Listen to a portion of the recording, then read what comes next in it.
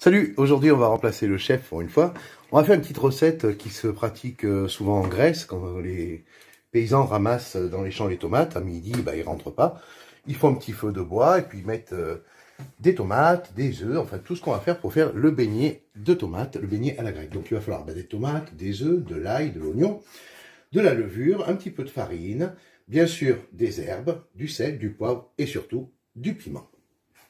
Tout d'abord, on va commencer par couper les tomates, émincer l'oignon assez fin et éplucher de l'ail. Et nous, tout ça, on va bien sûr le mettre dans un cul de poule, alors que les paysans grecs, évidemment, font dans une poêle. Proportion, là, on a mis l'équivalent de 4 tomates, un bel oignon et 4 gousses d'ail. Donc, on va prendre l'oignon, il est déjà précoupé. On va le mettre dans le mixeur, c'est beaucoup plus facile que de le couper à la main, quand on n'est pas un grand chef. Ensuite, voilà, là, on vérifie, en gros, s'il y a un germe au milieu, parce qu'il faut évidemment l'enlever, parce que c'est pas digeste du tout. On va mixer, et ensuite on va mettre les tomates dans le cul de poule. Voilà, donc, on va vérifier, oui, voilà, c'est très bien. Donc les tomates sont dans le cul de poule, on va enlever la lame, et on va commencer à mettre oignons et ail avec les tomates.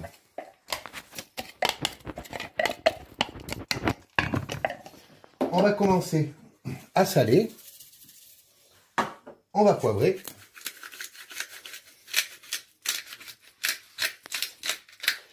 Et on commence à mettre un petit peu de cayenne. On va ajouter quelques herbes. Donc persil, ciboulette, de l'ail, de l'oignon. Et j'ai bien salé, parce que pensez que la tomate a besoin de beaucoup de sel. On mélange, on commence par mélanger, bien comme ça. Et là, on va carrément casser les œufs. Donc là, moi, pour 4 tomates, j'ai 3 œufs. En voilà un. En voilà 2. Et en voilà 3. Pareil, on remélange.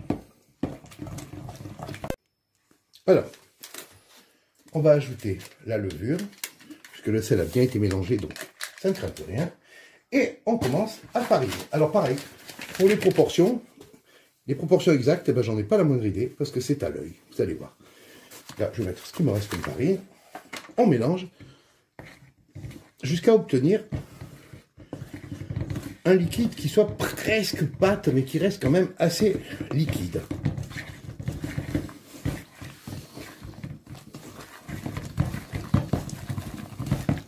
Voilà, vous voyez, avec la farine que j'ai mis, écoutez, ça va suffire. Là, je vois que mes tomates vont être bien enrobées. On va en rajouter un petit peu tout à l'heure. Alors, 1 heure est passée, 1 heure et quart. Voilà, ça a bien pris, c'est correct. Donc voilà, je vais avoir besoin, par contre, d'une fourchette, d'une cuillère et une pince schmurzeuse. Voilà, ça l'engage, ça s'appelle comme ça, chez moi. Alors, de l'autre côté, voilà.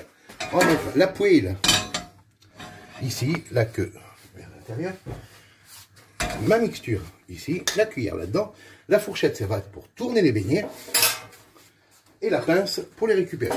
On va mettre un petit peu de l'huile, j'ai bien dit parce que là je fais d'habitude. Alors, il faut être généreux en huile, en sachant qu'on ne la récupérera pas, c'est une huile qui est perdue.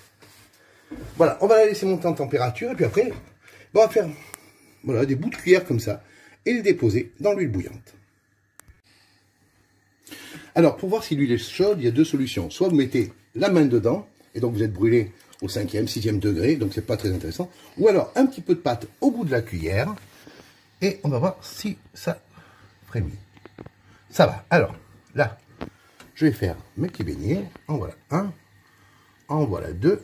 Alors, il est mesquin celui-là, on va rajouter un petit peu quand même. Voilà. Et on va faire ça dans toute la poêle. Alors essayez de bien les étaler. Je rappelle que la fourchette, la cuillère et la pince que vous allez utiliser doivent être absolument très sèches, sans goutte d'eau. Sinon, l'eau avec l'huile, gros bobo. Voilà, alors je continue à remplir. Et quand un côté est cuit, on va les tourner.